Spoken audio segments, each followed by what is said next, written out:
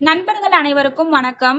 இன்று நம்ம வீடியோல ஒரு முக்கியமான விஷயத்த பத்தி பார்க்க போறோம். அது என்னன்னா 9 கேரட் தங்கம்னா என்ன, அதனோட பியூரிட்டி எவ்வளவு, ரீசேல் வேல்யூ எப்படி இருக்கும், அடகு வைக்கலாமா, வாங்கும் பொழுது ஹால்மார்க் பார்த்து வாங்கணுமா அப்படின்னு தான் நிறைய பேர் கேட்கிற கேள்வி இது. அதனால இந்த வீடியோ உங்களுக்கு ரொம்பவே பயனுள்ளதா இருக்கும். நீங்க இன்னும் நம்ம சேனலை சப்ஸ்கிரைப் பண்ணல அப்படின்னா சப்ஸ்கிரைப் பண்ணிட்டு கூடவே பெல் பட்டனையும் கிளிக் பண்ணி வச்சுக்கோங்க. முதல்ல நம்ம புரிஞ்சிக்க வேண்டியது தங்கத்துல கேரட் அப்படின்னா என்ன. பியூர் கோல்டு பாத்தீங்கன்னா 24 கேரட் தான், அதாவது 100% தூய தங்கம். ஆனா நம்ம பயன்படுத்துற நகைகள் ஃபுல் பியூர் கோல்டுல பண்ண முடியாது, ஏன்னா அது ரொம்ப சாஃப்டா இருக்கும். அதனால அதுல வேற மெட்டல்ஸ் மிக்ஸ் பண்ணுவாங்க. அந்த மிக்ஸ் பண்ணும் அளவு தான் கேரட்டால மெஷர் பண்றது.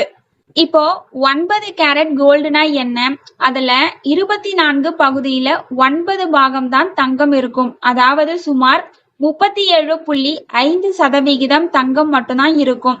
மீதி பாத்தீங்கன்னா வெள்ளி, செம்பு, சிங்க் மாதிரி வேறு மெட்டல்ஸ் சேர்த்து ஸ்ட்ராங் பண்ணுவாங்க. அதனால 9 கேரட் கோல்டு பியூரா இருக்காது. ஏன் 9 கேரட் கோல்டு பயன்படுத்துறாங்க? இதுக்கு சில காரணங்கள் இருக்கு. விலை குறைவு. 22 கேரட் கோல்டை விட 9 கேரட் கோல்டு சீப்பா கிடைக்கும். ஃபேஷன் ஜுவல்லரிக்கு ரொம்ப நல்லா இருக்கும். ட்ரெண்டிங் டிசைன், ஸ்டோன் செட்டிங் மாதிரி வேலைகளுக்கு 9 கேரட் கோல்டு ரொம்ப நல்லா இருக்கும். தினசரி யூஸ் பண்ணாலும் சீக்கிரமா உடையாது.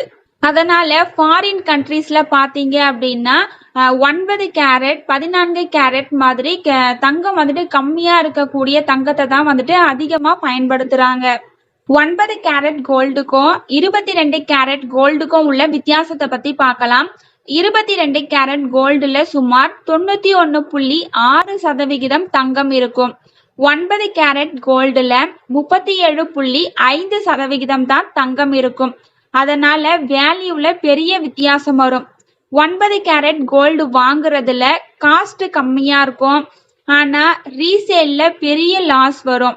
22 கேரட் தான் இந்தியால பாத்தீங்கன்னா மேக்சிமம் டிமாண்டா உள்ளதுன்னு சொல்றாங்க. ரீசேல் வேல்யூ பத்தி பார்க்கலாம். இப்போ நம்ம 9 கேரட் கோல்டு வாங்கிட்டு ஃபியூச்சர்ல விற்கணும் அப்படின்னா என்ன ஆகும் அப்படிங்கறத பத்தி பார்க்கலாம். ஜுவல்லர் உங்களுக்கு அந்த 37.5% தங்கத்துக்கு மட்டும்தான் ரேட் கொடுப்பாங்க. மீதி இருக்கக்கூடிய மெட்டல்ஸ்க்கு வேல்யூ தரமாட்டாங்க. அதனால வாங்கின விலைய போல ரீசேல் வேல்யூ நமக்கு கம்மியா தான் கிடைக்கும். இதுதான் 9 கேரட் கோல்டுக்குள்ள பெரிய மைனஸ் பாயிண்ட்.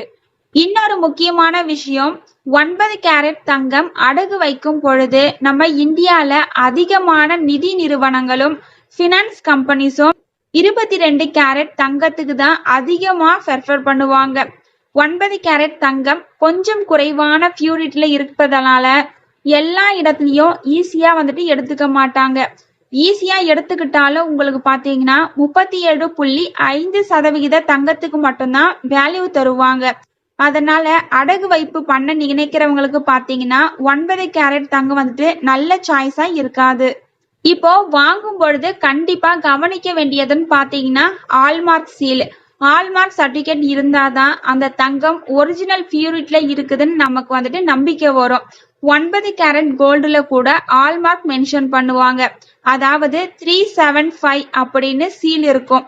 இது பாத்தீங்கன்னா இந்த கோல்டுல 37.5% தான் பியூர் கோல்டு இருக்குன்னு காட்டும்.